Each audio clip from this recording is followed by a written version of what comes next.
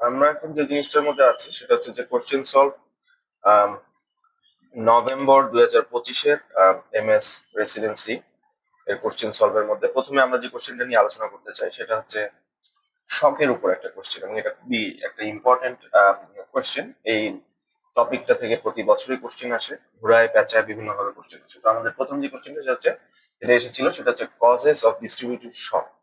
কোনগুলো distributive শকের cause? আমরা প্রতিটা অ্যানালাইসিস করব, প্রতিটা স্টেম নিয়ে আমরা অ্যানালাইসিস করবো। প্রথমে যেটা বলছে সেটা হচ্ছে ম্যাসিভ হিমোথোরাক্স। ম্যাসিভ হিমোথোরাক্স এটা সত্যি না, এটা ডিস্ট্রিবিউটিভ শকের কোনো কজ না। এটা হচ্ছে মেনলি হাইপোভলিমিক শকের একটা কজ, কারণ এখানে প্রচুর পরিমাণ ব্লাড লস হয়। তাহলে ডিস্ট্রিবিউটিভ শক কাকে বলে? ডিস্ট্রিবিউটিভ শক হচ্ছে আমাদের ব্লাড প্রেশার কমবে কিন্তু পেরিফেরিটা ওয়ার্ম থাকবে, পেরিফেরি ওয়ার্ম থাকবে, অথবা এখানে কোনো ব্লাড লস, ডিরেক্টলি কোনো ব্লাড লস হবে না। হ্যাঁ, তাহলে এটা ডিস্ট্রিবিউটিভ শকের কোনো কজ না। এরপরে আমাদের সেকেন্ড যে অপশনটা সেটা হচ্ছে পেরিকার্ডিয়াল ট্যাম্পোনেট। পেরিকার্ডিয়াল ট্যাম্পোনেটও কিন্তু আমাদের ডিস্ট্রিবিউটিভ শকের কোনো কজ না। পেরিকার্ডিয়াল ট্যাম্পোনেট তাহলে কিসের, কোন ধরনের শকের কজ? সেটা হচ্ছে অবস্ট্রাকটিভ শকের কজ। হ্যাঁ, পেরিকার্ডিয়াল ট্যাম্পোনেট হলে যদি আমার পেরিকার্ডিয়াল ইফিউশন হয়, কোনো কারণে হার্ট পাম্প করতে না পারে, রেস্ট্রিক্টিং কার্ডিয়াক ফিলিং এ যদি কোনো সমস্যা তৈরি হয়, তাহলে কিন্তু আমাদের পেরিকার্ডিয়াল ট্যাম্পোনেট তৈরি হতে পারে। এবং এই পেরিকার্ডিয়াল ট্যাম্পোনেটে যে ধরনের শক হবে, অর্থাৎ আমরা বিপি পাবো না, পেশেন্ট কোলাপস করবে, তাহলে সেই শকটাকে আমরা বলবো অবস্ট্রাকটিভ শক। এটা অবস্ট্রাকটিভ শক হবে। এরপরে আসে আমাদের সেপটিক শক। হ্যাঁ, সেপটিক শক হচ্ছে আমাদের অরিজিনাল ডিস্ট্রিবিউটিভ শক, কারণ সেপটিক শকের মধ্যে এই যে সেপটিক শক যেটা আছে, সেপটিক শকের মধ্যে হচ্ছে আমাদের সেপটিক শকের মধ্যে আমাদের সিস্টেমিক ইনফ্লামেটরি রেসপন্স। এই যে সিস্টেমিক ইনফ্লামেটরি যে রেসপন্সটা আছে, সেই সিস্টেমিক ইনফ্লামেটরি রেসপন্স থেকে আমাদের এটা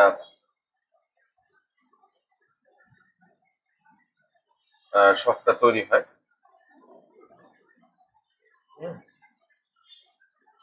তাহলে সিস্টেমিক ইনফ্লামেটরি যে রেসপন্সটা হবে, সেখান থেকে আমাদের প্রোফাউন্ড ভেসোডাইলেশন হবে, ক্যাপিলারি ওয়াল লিক হবে, এবং সেখান থেকে কি হবে? ফ্লুইড লস হয়ে যাবে, আমাদের বিপি কমে যাবে। তাহলে এখানে মেইনলি হচ্ছে প্রোফাউন্ড ভেসোডাইলেশন হচ্ছে, এবং ক্যাপিলারি লিক, এটা কিন্তু মেইন মেকানিজম। ক্যাপিলারি লিকটাই হচ্ছে আমাদের মেইন মেকানিজম। এই যে এটা ক্যাপিলারি লিক, এটা হচ্ছে hallmark feature of distributive shock. তাহলে ক্যাপিলারি লিক। এখান থেকে যদি আরেকটা কোশ্চেন আসে যে হুইচ এসবিও যদি আসে যে কোনটা আমাদের ডিস্ট্রিবিউটিভ শকের হলমার্ক ফিচার, তাহলে কি? Capillary leak. এটা হচ্ছে আমাদের ডিস্ট্রিবিউটিভ শকের হলমার্ক ফিচার। তাহলে আমাদের একটা পাইলাম এতক্ষণে আমরা ডিস্ট্রিবিউটিভ শকের অরিজিনাল কারণ, একটা হচ্ছে সেপটিক শক। এখন আমরা আরেকটা আছে স্পাইনাল কর্ড ইনজুরি। হ্যাঁ, স্পাইনাল কর্ড ইনজুরি যেটা আছে, স্পাইনাল কর্ড ইনজুরি হচ্ছে একটা সেপটিক শক বলতে ডিস্ট্রিবিউটিভ শকের কজ। কারণ কি? স্পাইনাল কর্ড ইনজুরি হলে কি হয়, যদি এই ইনজুরিটা T6 লেভেলের উপরে হয়, অর্থাৎ যদি আমাদের এই ইনজুরি লেভেলটা যদি T6 লেভেলের উপরে হয়, তাহলে তাহলে কি হবে? তাহলে আমাদের সিম্প্যাথেটিক টোন যেটা আছে সেটা লস অফ সিম্প্যাথেটিক টোন হবে।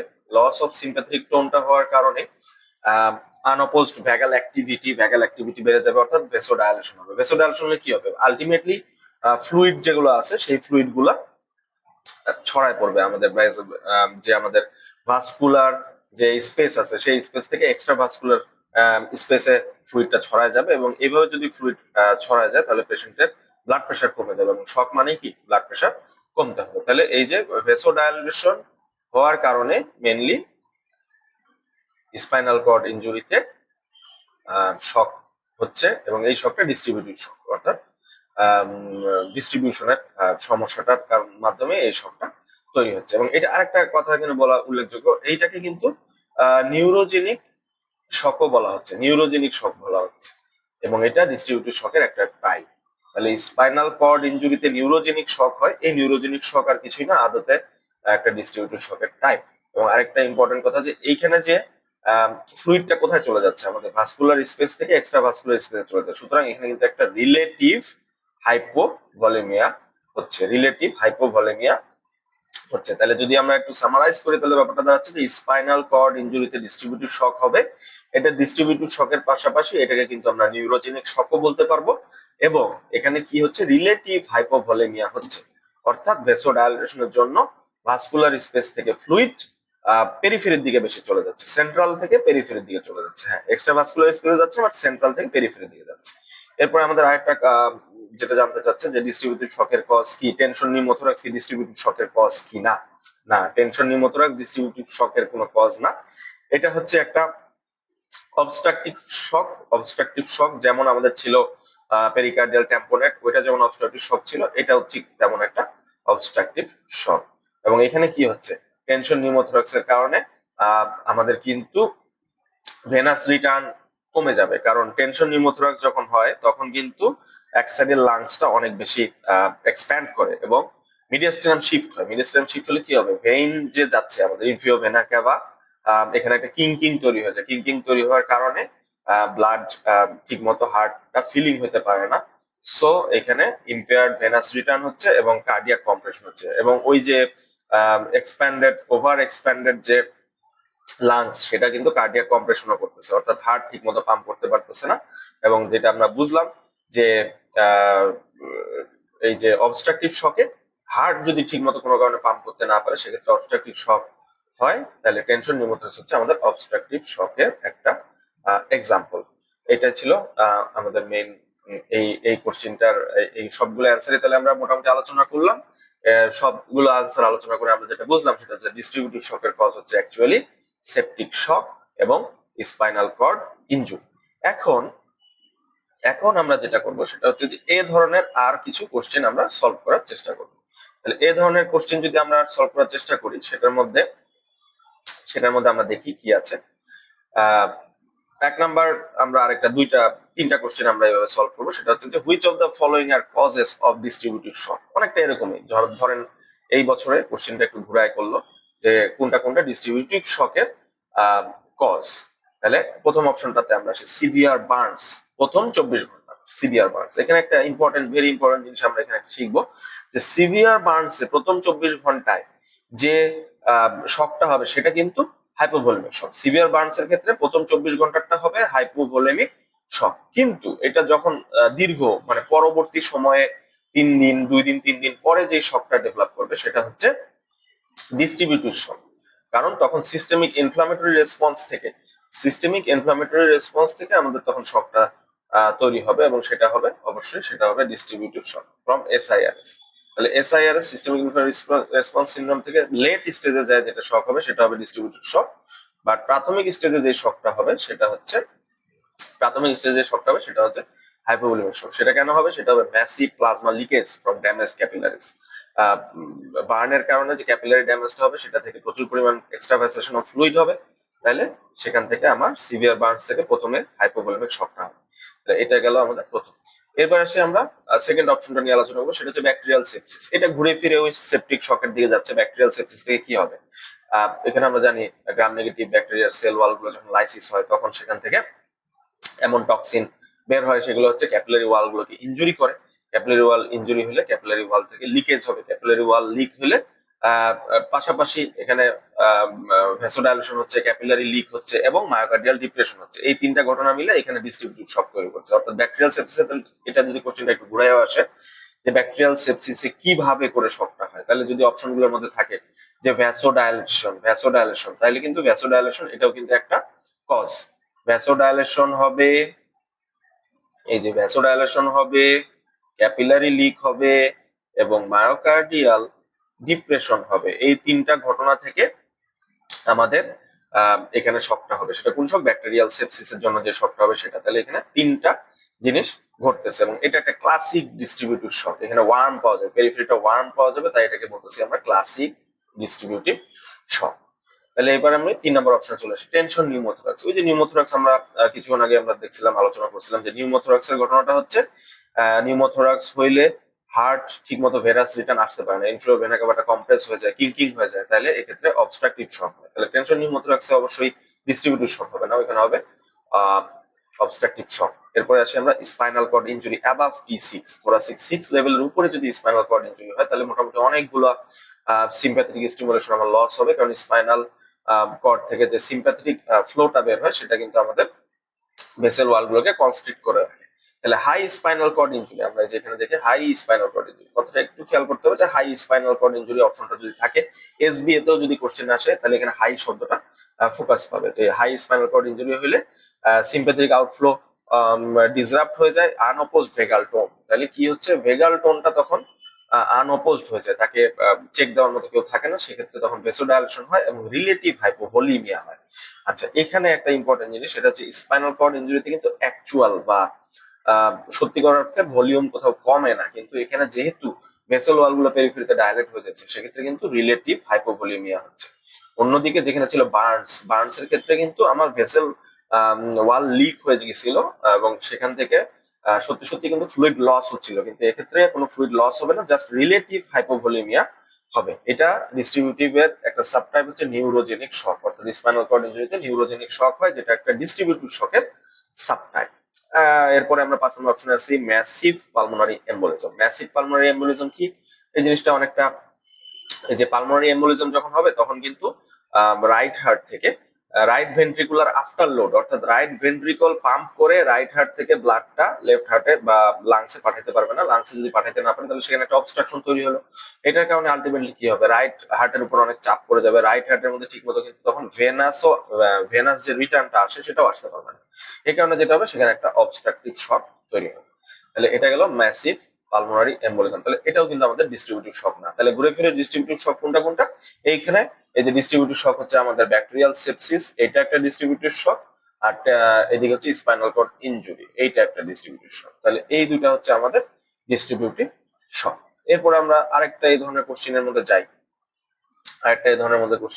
সেটা হচ্ছে এই যে কোশ্চেন 2, যেটা আমরা একটা বানাইছি, সেটা হচ্ছে which of the following are characteristic findings of distributive shock, যে ডিস্ট্রিবিউটিভ শকের মধ্যে কোন ধরনের ক্যারেক্টারিস্টিক ফাইন্ডিংস আমরা পাইতে পারি। সেখানে হচ্ছে, এখানে প্রথম অপশনটার দিকে আমরা তাকাই, সেটা হচ্ছে ডিক্রিজড সিস্টেমিক ভাস্কুলার রেজিস্ট্যান্স। হ্যাঁ, ডিস্ট্রিবিউটিভ শকে অবশ্যই ডিক্রিজড সিস্টেমিক ভাস্কুলার রেজিস্ট্যান্স হবে, ডিস্ট্রিবিউটিভ শকে ডিক্রিজড সিস্টেমিক ভাস্কুলার রেজিস্ট্যান্স হবে প্রোফাউন্ড ভেসোডাইলেশনের কারণে। প্রোফাউন্ড ভেসোডাইলেশন যেটা হচ্ছে সেটার কারণে,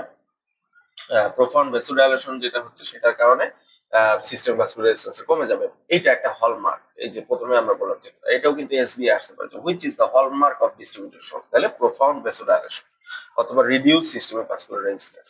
সিস্টেমিক ভাস্কুলার রেজিস্ট্যান্স কমে যাওয়া বা প্রোফাউন্ড ভেসোডাইলেশন হয়, এটাই হচ্ছে হলমার্ক অফ ডিস্ট্রিবিউটিভ শক। এবার অপশন বি টা নিয়ে আমরা একটু কথা বলি, সেটা হচ্ছে increased central venous pressure. Central venous pressure distributive শকে কখনো বাড়ে না। সেন্ট্রাল ভেনাস প্রেসার অর্থাৎ যেটা আমাদের সেন্ট্রাল ভেনাস ক্যাথেটার দিয়ে কিন্তু সেন্ট্রাল ভেনাস প্রেসারটা সাধারণত মনিটর করা হয় আইসিইউ তে। সেন্ট্রাল ভেনাস ক্যাথেটার নিয়েও কিন্তু কোশ্চেন আসছিল, এটা নিয়ে আমরা পরবর্তীতে আলোচনা করব। তাহলে আমরা 2 নম্বর অপশনে আসি। বোঝাই যাচ্ছে ডিস্ট্রিবিউটিভ শকে ফ্লুইড পেরিফেরিতে চলে যাচ্ছে, পেরিফেরিতে যদি ফ্লুইড চলে যায় তাহলে সেন্ট্রাল ভেনাস প্রেসার বাড়ার তো আসলে কোনো কারণ নাই।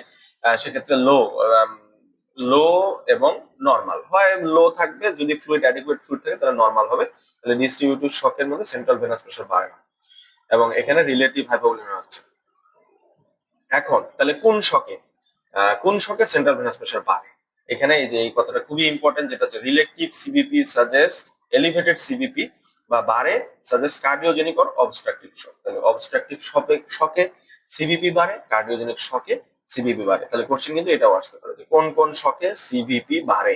তাহলে শকে সিবিপি বাড়ে কোথায়, obstructive shock or cardiogenic shock, এটাতে কিন্তু সিবিপি বাড়তেছে। এরপর আমরা সি অপশনটাতে আসি, warm flushed extremities. Warm flushed extremities নিয়ে কি, যে আমরা আগেই বললাম যে যেটা আমাদের ডিস্ট্রিবিউটিভ যখন সমস্যা হয় আর্লি ডিস্ট্রিবিউটিভ শকের ক্ষেত্রে, presence with warm well perfused skin due to vasodilation. পেরিফেরিতে ভেসেলগুলো ডায়ালেট হয়, ব্লাড সব পেরিফেরিতে চলে যায়, সুতরাং পেরিফেরি ওয়ার্ম থাকে কিন্তু সেন্ট্রাল, এদিকে আমাদের সেন্ট্রালের মধ্যে ব্লাড প্রেশারটা কমে যায়, ব্রেইন ঠিক মতো ব্লাড পায় না, লাংস হার্ট ঠিক মতো ব্লাড পায় না, কিডনি ঠিক মতো ব্লাড পায় না। তাহলে কি হবে, শক তো ঠিকই হবে কিন্তু পেরিফেরিটার মধ্যে যেহেতু অ্যাডিকুয়েট ব্লাড সাপ্লাই পাচ্ছে, পেরিফেরিটা ওয়ার্ম থাকবে। এখন আমরা আসি ডি অপশনটা কি, ন্যারো পালস প্রেসার। ডিস্ট্রিবিউটিভ শকের ক্ষেত্রে কি ন্যারো পালস প্রেসার হবে? আচ্ছা, সি অপশন কিন্তু তাহলে সত্য। হ্যাঁ, ডিস্ট্রিবিউটিভ শকে সবসময় পেরিফেরি ওয়ার্ম থাকে, এটা আমরা জানি অলরেডি। তাহলে এদিকে আমরা পেয়ে গেলাম আমাদের এটা একটা ট্রু। আর শকের ক্ষেত্রে, ডিস্ট্রিবিউটিভ শকের ক্ষেত্রে প্রথমটা যেটা ডিক্রিজ সিস্টেমিক ভাস্কুলার রেজিস্ট্যান্স, ওটাও কিন্তু সত্য। এখন আসে ন্যারো পালস প্রেশার। কোন শকে ন্যারো পালস প্রেশার পাওয়া যায়? ন্যারো পালস প্রেশার এটা শুধুমাত্র কার্ডিওজেনিক শক আর কার্ডিয়াক টেম্পোনেটের মধ্যে পাওয়া যায়। কার্ডিওজেনিক শক অথবা কার্ডিয়াক টেম্পোনেট, এক্ষেত্রে আমাদের ন্যারো পালস প্রেশারটা পাওয়া যাবে। ডিস্ট্রিবিউটিভ শকের ক্ষেত্রে সাধারণত নর্মাল অথবা ওয়াইড পালস প্রেশার থাকে। উল্টা যদি প্রশ্নটা এরকম করতো যে ওয়াইড পালস প্রেশার কোথায় পাওয়া যায়, তাহলে সেটা হবে ডিস্ট্রিবিউটিভ শক। তাহলে আমরা এটা শিখে ফেলি, সেটা হচ্ছে ডিস্ট্রিবিউটিভ শকে হচ্ছে আমাদের ওয়াইড পালস প্রেশার পাওয়া যায়। হ্যাঁ, ন্যারো পালস প্রেশার পাওয়া যাবে কার্ডিওজেনিক শক অথবা cardiac ট্যাম্পোনেটে।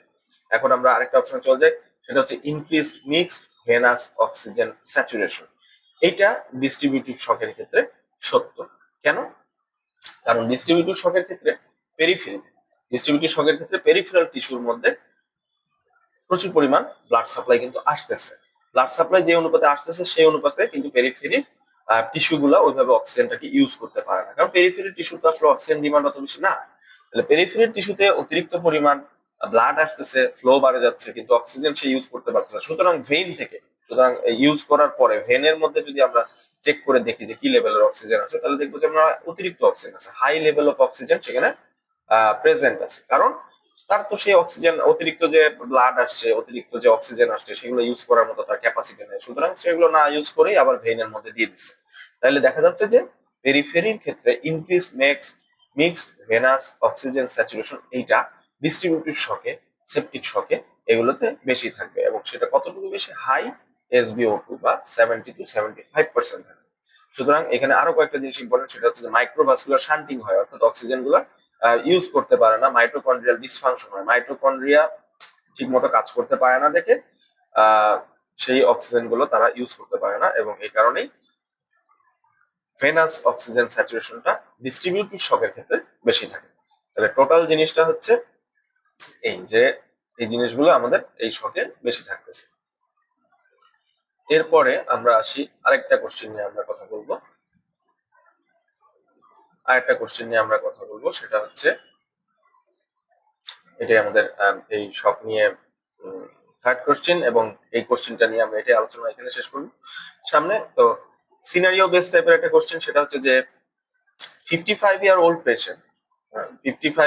patient presents with hypotension, which of the following scenarios is classified as obstructive shock? আমরা obstructive shock কিন্তু এখানে পাইছিলাম কি কি, ওই যে টেনশন নিউমোথরাক্স কিন্তু আমাদের অবস্ট্রাকটিভ শক। তো এই যে এখানে জিনিসগুলো আছে, কোনগুলো আমাদের অবস্ট্রাকটিভ শক হবে। কার্ডিয়াক ট্যাম্পোনেট, বোঝা যাচ্ছে হার্ট ঠিক মতো ফিল হতে পারবে না, ঠিক মতো পাম্প করতে পারবে না, তাহলে কার্ডিয়াক ট্যাম্পোনেটটা সত্য হওয়ার কথা। Pericardial tamponade compresses the heart, limiting diastolic filling, তাহলে ডায়াস্টোলিক ফিলিং যেহেতু হইতে পারবে না ঠিক মতো, তাহলে সেক্ষেত্রে অবস্ট্রাকটিভ শকটা হবে। তাহলে ডায়াস্টোলিক ফিলিং ঠিক মতো হইতে পারবে না, অবস্ট্রাকটিভ শক। এরপরে আমরা আসি অ্যানাফাইলাক্সিস বোঝা যাচ্ছে যে এখানে কি হচ্ছে, অ্যানাফাইলাক্সিস কিন্তু ভেসো ডায়ালেট হয়ে যাচ্ছে, পেরিফেরাল ভেসেল গুলো ডায়ালেট হয়ে যাচ্ছে, পেরিফেরাল পুলিং হয়ে যাচ্ছে, ব্লাড সেন্ট্রাল থেকে পেরিফেরিতে চলে যাচ্ছে। তাহলে এখানে কিন্তু আমাদের ওরকম অবস্ট্রাকশনের কিছু নাই, এটা হচ্ছে আমাদের একটা ডিস্ট্রিবিউটিভ শক। তাহলে অ্যানাফাইলাক্সিস কি ধরনের শক? অ্যানাফাইলাক্সিস হচ্ছে আমাদের একটা ডিস্ট্রিবিউটিভ শক। এরপরে আমরা আসি massive pulmonary embolism. Pulmonary embolism আমরা কিছুক্ষণ আগে ব্যাখ্যা করলাম যে পালমোনারি এম্বোলিজম যদি হয়, তাহলে হার্ট ব্লাডটাকে পাম্প করে, মানে লাংসটা ক্রস করতে পারবে না, কারণ লাংসের ওখানে এম্বোলিজম হয়ে আছে, আটকে আছে।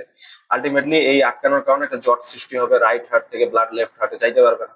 তাহলে রাইট হার্টে যদি ব্লাড নতুন করে মানে যাইতে না পারে রাইট হার্ট থেকে, তাহলে রাইট হার্টে নতুন করে ব্লাড ঢুকতে পারবে না, অর্থাৎ হার্টে ব্লাড আসা কমে যাবে।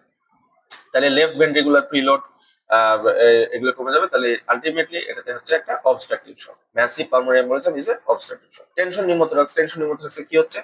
শিফটস মিডিয়াস্টিনাম শিফট হওয়ার কারণে kinking of the vena cava, এই যে kinking of the vena cava হচ্ছে, এবং এই কারণে ভেনাস রিটার্ন কমে যাচ্ছে। ভেনাস রিটার্ন কমার কারণে যে শকটা হবে সেটা তো অবস্ট্রাকটিভ শক, এটা আমরা আগে আলোচনা করছি। তাহলে এখানে যে শকগুলো আমরা পাইলাম যে অবস্ট্রাকটিভ শক কোনগুলো আছে, তাহলে একটা হচ্ছে আমাদের cardiac tamponade, massive pulmonary embolism, tension pneumothorax, এগুলো হচ্ছে আমাদের অবস্ট্রাকটিভ শক। এবং 5 নম্বর অপশনটাতে আমরা আসি, সেটা হচ্ছে রাপচার্ড অ্যাবডোমিনাল অ্যাওর্টিক অ্যানিউরিজম। বুঝা যাচ্ছে রাপচার্ড অ্যাবডোমিনাল অ্যাওর্টিক অ্যানিউরিজম হলে কি হবে? প্রচুর পরিমাণ ব্লিডিং হবে। তাহলে ব্লিডিং হলে যে শকটা হয় সেটা কি হবে? সেটা ডেফিনেটলি হবে হাইপোভলিমিক শক। এখানে আসলে অবস্ট্রাকটিভ শক বা ডিস্ট্রিবিউটিভ শকের কোনো বেল নাই, এখানে অবস্ট্রাকটিভ শক বা ডিস্ট্রিবিউটিভ শক হওয়ার কোনো প্রশ্নই ওঠে না, তাহলে সেখানে হচ্ছে আমাদের হাইপোভলিমিক শক হচ্ছে, কারণ এখানে এ বা রাপচার অ্যাবডোমিনাল অ্যাওর্টিক অ্যানিউরিজম, এটা যদি রাপচার হয় তাহলে আমাদের হাইপোভলিমিক শকটা হচ্ছে। হুম। এটা অবস্ট্রাকটিভ শক না। It may later cause tamponade if retroperineal, retroperitoneal যদি কোনো কারণে এই ব্লিডিংটা হয় তাহলে দেখা যাবে যে অনেক বেশি প্রেসার ডেভেলপ করতে পারে, কিন্তু এটা প্রথমে এটা হচ্ছে হাইপোভলিমিক শক। এটা যদি আমরা আলোচনা করি তাহলে এই হচ্ছে মোটামুটি শক নিয়ে কথাবার্তা, বা এই হচ্ছে আমাদের আজকের একটা কোশ্চেন আমরা অ্যানালাইসিস করলাম। একটা কোশ্চেন থেকে কিন্তু আমরা ঘুরে ফিরে অনেক কিছু শিখে ফেলছি। আচ্ছা, আপনাদের যদি আমার ভিডিও ভালো লেগে থাকে তাহলে অনুগ্রহপূর্বক লাইক করবেন, কমেন্ট করবেন, কোনো কোশ্চেন থাকলে কোশ্চেন করতে পারেন। এবং আমার মেইন টার্গেটটা হচ্ছে যে যারা চলতে ফিরতে ঘুরতে ঘুরতে ডিউটি করতে করতে ফাঁকে ফাঁকে যেন আমরা কোশ্চেন গুলো সলভ করে ফেলতে পারি, এবং এই কোশ্চেন সলভ গুলোই পরবর্তীতে মনোযোগ ধরে রাখতে এবং পড়াশোনার প্রতি আগ্রহ তৈরি করতে একটা বিশাল কাজে লাগে। এবং এই কোশ্চেন থেকে অনেক কিছু আসলে মেইন পরীক্ষাগুলোতে কমন পাওয়া যায়। তো কনসেপশনও ক্লিয়ার হচ্ছে, কমনও পাওয়া যাচ্ছে, এবং আপনারা আপনাদের সময়টাকে কাজে লাগাতে পারতেছেন। ট্রাফিক জ্যামে বসে আছেন, যে কোনো জায়গায় ডিউটি করতেছেন, যে কোনো কিছুর ফাঁকে পডকাস্টের মাধ্যমে আমার এই লেকচার গুলো আপনারা শুনতে পারবেন ইনশাল্লাহ। ধন্যবাদ সবাইকে। আসসালামু আলাইকুম।